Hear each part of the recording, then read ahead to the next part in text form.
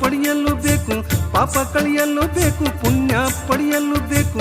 ಅಲ್ಲಿರುವ ನಮ್ಮ ಗುರು ಸುಗುರಯ್ಯ ಸ್ವಾಮಿ, ಅಲ್ಲಿರುವ ನಮ್ಮ ಗುರು ಸುಗುರಯ್ಯ